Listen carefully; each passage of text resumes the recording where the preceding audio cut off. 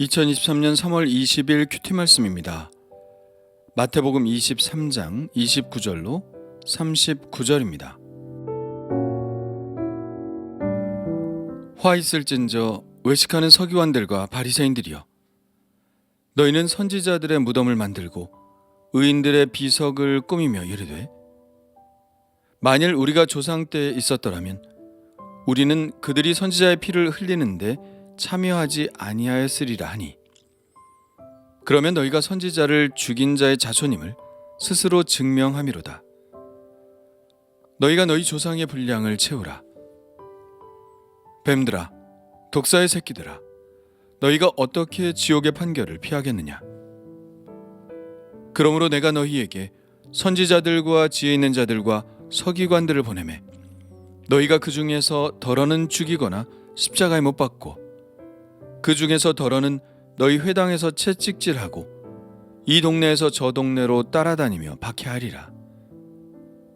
그러므로 의인 아벨의 피로부터 성전과 제단 사이에서 너희가 죽인 바라기아의 아들 사가랴의 피까지 땅 위에서 흘린 의로운 피가 다 너희에게 돌아가리라. 내가 진실로 너희에게 이르노니 이것이 다 이 세대에 돌아가리라. 예루살렘아, 예루살렘아, 선지자들을 죽이고 내게 파송된 자들을 돌로 치는 자여, 암탉이 그 새끼를 날개 아래에 모음같이 내가 내 자녀를 모으려 한 일이 몇 번이더냐. 그러나 너희가 원치 아니하였도다. 보라, 너희 집이 황폐하여 버려진 바 되리라. 내가 너희에게 이르노니 이제부터 너희는 찬송하리로다. 주의 이름으로 오시는 이여 할 때까지 나를 보지 못하리라 하시니라. 아멘.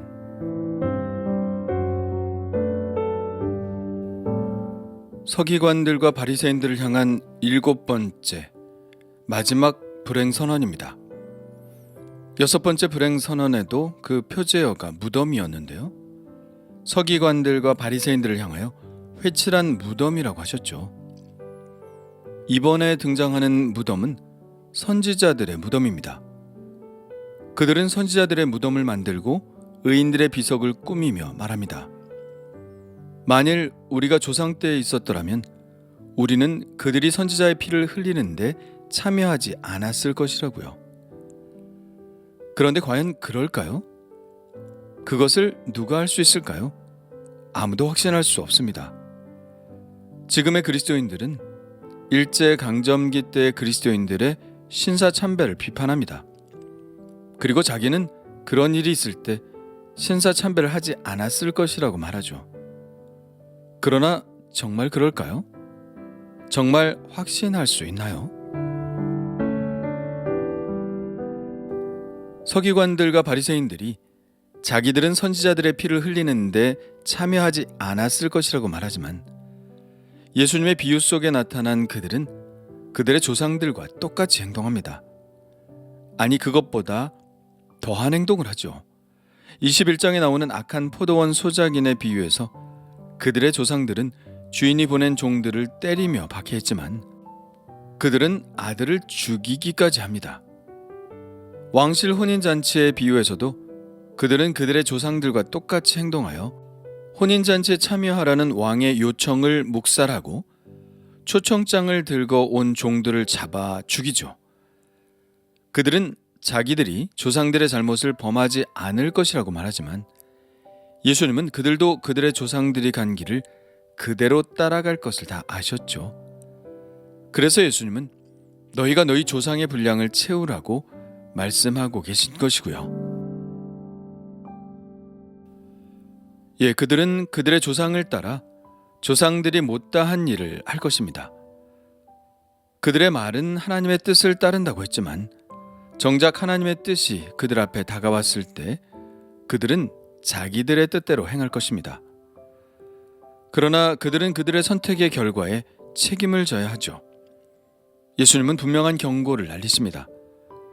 너희가 어떻게 지옥의 판결을 피하겠느냐? 그런데 예수님이 보시기에 그들이 그럴 수밖에 없는 이유가 있죠. 그들은 독사의 새끼들이기 때문입니다. 독사는 독사를 낳죠. 그리고 독사는 독사의 특성상 독을 내게 되어 있는 것입니다. 그들은 그들의 조상들과 전혀 다르지 않을 것입니다.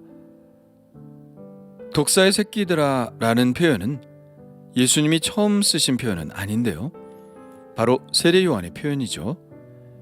예수님이 이 말씀을 하실 때 세례 요한의 표현을 그대로 쓰신 이유도 있겠죠. 세례 요한도 그들이 거부하고 결국은 죽인 선지자 중 한 명이기 때문입니다. 예수님은 이제 그들의 실체를 더 이상 비유가 아니라 직설적인 화법으로 말씀하십니다. 그러므로 내가 너희에게 선지자들과 지혜 있는 자들과 서기관들을 보내매 너희가 그 중에서 더러는 죽이거나 십자가에 못 박고 그 중에서 더러는 너희 회당에서 채찍질하고 이 동네에서 저 동네로 따라다니며 박해하리라. 그런데 이 말씀은 더 이상 조상들의 이야기가 아닌 것 같죠? 우선 내가 너희에게 보낸다는 표현에서 알 수 있듯이 선지자들과 지혜 있는 자들과 서기관들은 예수님의 제자들을 말합니다. 그러니까 이 상황은 예수님의 부활 이후의 상황이라는 것을 알 수 있죠. 더러는 죽이거나 십자가에 못 박히고 회당에서 채찍질하고 이 동네에서 저 동네로 따라다니며 박해하는 상황은 그들의 조상들이 선지자들을 박해하는 형태는 아니죠. 이것은 초대교회 교인들이 당했던 박해입니다. 그들은 자기들의 조상들의 실수에 대하여 말하며 자신들은 그렇지 않을 것이라고 말하지만 그들은 오히려 자기 조상들보다 더 그렇게 될 것임을 말씀하고 계신 것이죠. 그리고 실제로 그 말씀대로 되었고요. 그러므로 이제 하나님은 그들에게 조상들의 죄와 또 전혀 달라지지 않는 그들의 죄에 대해서 징계를 하십니다. 앞서 말씀하신 피할 수 없는 지옥의 판결을 받게 되죠. 35절은 그 경고입니다. 그러므로 의인 아벨의 피로부터 성전과 제단 사이에서 너희가 죽인 바라기아의 아들 사가랴의 피까지 땅 위에서 흘린 의로운 피가 다 너희에게 돌아가리라. 놀라운 것은 예수님이 아벨을 최초의 순교자로 보신다는 것입니다. 그는 가인의 질투로 인해 죽임을 당했죠. 그는 그저 하나님께 제사를 잘 드린 것밖에 없는데 형 가인에게 죽임을 당했습니다. 이것도 순교일까요? 예, 순교는 복음을 전하다가 죽은 것만이 순교가 아닙니다. 의롭게 살다가 그렇게 될 아무 이유도 없이 죽임을 당한 것도 순교죠. 예수님의 죽음도 다르지 않습니다. 그는 의로운 분이셨으나 사람들의 시기를 받아 죽임을 당하신 것이죠. 그렇다면 예수님이 마지막 순교자로 본 사람은 누구일까요? 바라기아의 아들 사가랴입니다. 바라기아의 아들은 유명한 예언자 스가랴죠. 구약 성경에 스가랴를 쓴 예언자입니다. 그런데 그가 순교를 당했는지는 구약 성경에 전혀 나와 있지 않습니다. 순교를 당했을 수도 있겠죠. 성경에 기록되어 있지 않다고 해서 그 사건이 일어나지 않았다고 볼 수는 없으니까요. 그렇다면 구약 성경에 순교당한 사가랴라는 인물이 또 있을까요? 예, 있습니다. 역대 24장 20절부터 나오죠. 한번 볼까요? 이에 하나님의 영이 제사장 여호야다의 아들 스가랴를 감동시키시매 그가 백성 앞에 높이 서서 그들에게 이르되 하나님이 이같이 말씀하시기를 너희가 어찌하여 여호와의 명령을 거역하여 스스로 형통하지 못하게 하느냐 하셨나니 너희가 여호와를 버렸으므로 여호와께서도 너희를 버리셨느니라 하나 무리가 함께 꾀하고 왕의 명령을 따라 그를 여호와의 전 뜰 안에서 돌로 쳐 죽였더라. 요아스 왕이 이와 같이 스가랴의 아버지 여호야다가 베푼 은혜를 기억하지 아니하고 그의 아들을 죽이니 그가 죽을 때에 이르되 여호와는 감찰하시고 신원하여 주옵소서 하니라. 이 역대하의 말씀을 볼 때 예수님이 말씀하신 사가랴가 바로 이 여호야다의 아들 스가랴를 말씀하신 것이라는 생각이 들죠. 여호와의 전뜰 안에서 순교를 당했으니 예수님이 말씀하신 성전과 제단 사이라는 것도 일치하고요.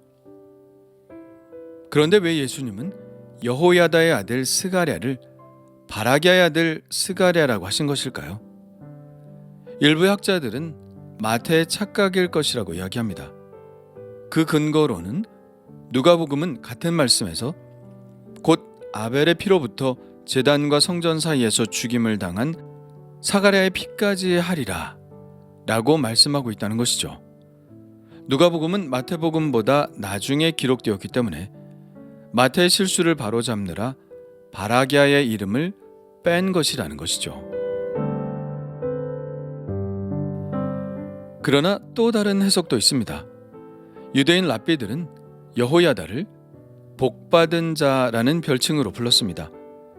그도 그럴 것이 여호야다는 하나님께 충성된 제사장이었기 때문입니다. 그는 아달랴가 유다를 통치하던 험악한 시기에 하나님의 명령을 받아 어린 요아스를 숨겨 키웠고 그를 왕으로 세웠으며 악한 아달랴를 제거했습니다. 뿐만 아니라 성전을 복원하고 그가 있는 동안 요아스 왕이 하나님을 떠나지 않도록 주의 말씀으로 조언하는 것을 아끼지 않았죠. 그의 평생 동안 주의 전에서 번제가 드려졌으며 나이 들어 늙어서 연수를 채우고 죽었고 다윗 성읍의 왕들의 묘실에 장사되었습니다. 그야말로 복받은 자가 아닐 수 없죠. 그런데 복받은 자는 히브리어로 바라키야입니다. 그래서 여호야다의 아들 사가랴를 바라기야의 아들 사가랴로 부른 것입니다. 그리고 그가 마지막 순교자라고 불린 이유가 있습니다. 그것은 히브리어 성경의 배치 때문인데요. 우리가 가지고 있는 구약 성경은 창세기가 처음이고 말라기가 마지막 책이지만 유대인들의 히브리 성경은 역대하가 가장 마지막에 배치되어 있습니다. 역대하에 기록된 마지막 순교자가 스가랴이기 때문에 예수님은 그를 마지막 순교자로 언급한 것이죠. 예수님은 그 순교자들의 피가 다 너희에게로 돌아가리라고 말씀하시면서 이런 말씀도 하시는데요.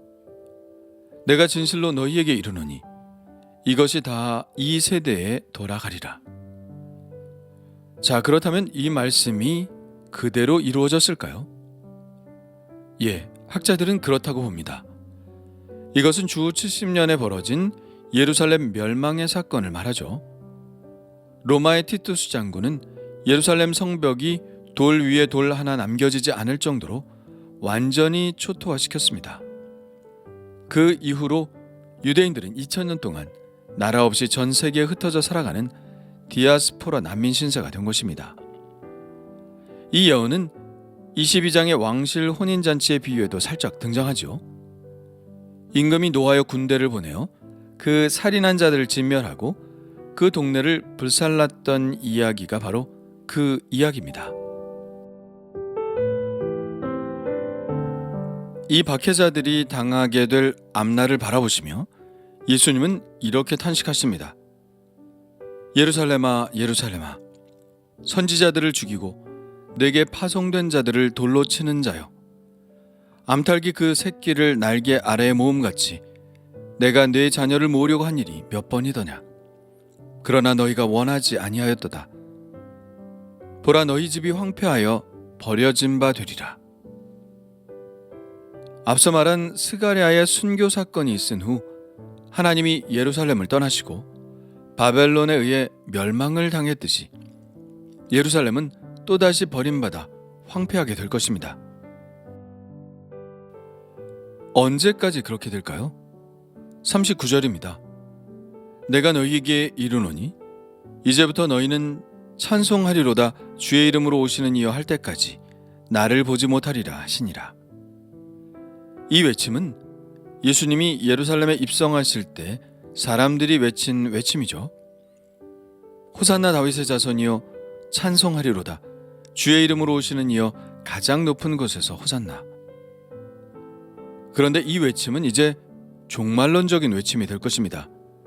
최종적인 재림의 때에 주님은 다시 오셔서 세상 모든 사람들이 외치는 이 찬양 소리를 듣게 되실 것입니다. 우리는 영화나 드라마에서 악역에게 욕을 하며 나는 그와 다르다고 말합니다. 마음씨 좋은 주인공을 보며 나는 그와 같다는 착각도 하죠. 그러나 실제 내가 누구냐는 나 자신을 솔직하게 바라볼 때 보이는 것이죠. 스스로 나는 신앙이 좋다고 생각합니다. 다른 사람의 신앙을 비판하기도 하죠. 그런데 그렇게 비판하는 나는 정작 그렇게 좋은 사람인지를 스스로에게 물어봐야 합니다. 그렇지 않으면 나도 내가 비판하는 그 사람과 똑같은 일을 하게 되죠. 나는 내가 비판하는 그 비판을 나에게로도 그대로 향하고 있나요? 솔직하게 주님의 말씀에 나 자신을 비추어 보고 있나요? 주님 감사합니다. 남을 비판하는 내가 그 비판을 받아야 할 사람은 아닌지 생각하게 하여 주옵소서. 주님의 뜻을 따른다고 하면서 주님의 뜻을 방해하고 있지는 않은지 늘 돌아보게 하옵소서. 그래서 장차 다가올 지옥의 판결을 피하게 하시고 오히려 의를 위해 기꺼이 핍박받는 자가 되어 천국을 소유하게 하옵소서. 예수님의 이름으로 기도합니다. 아멘.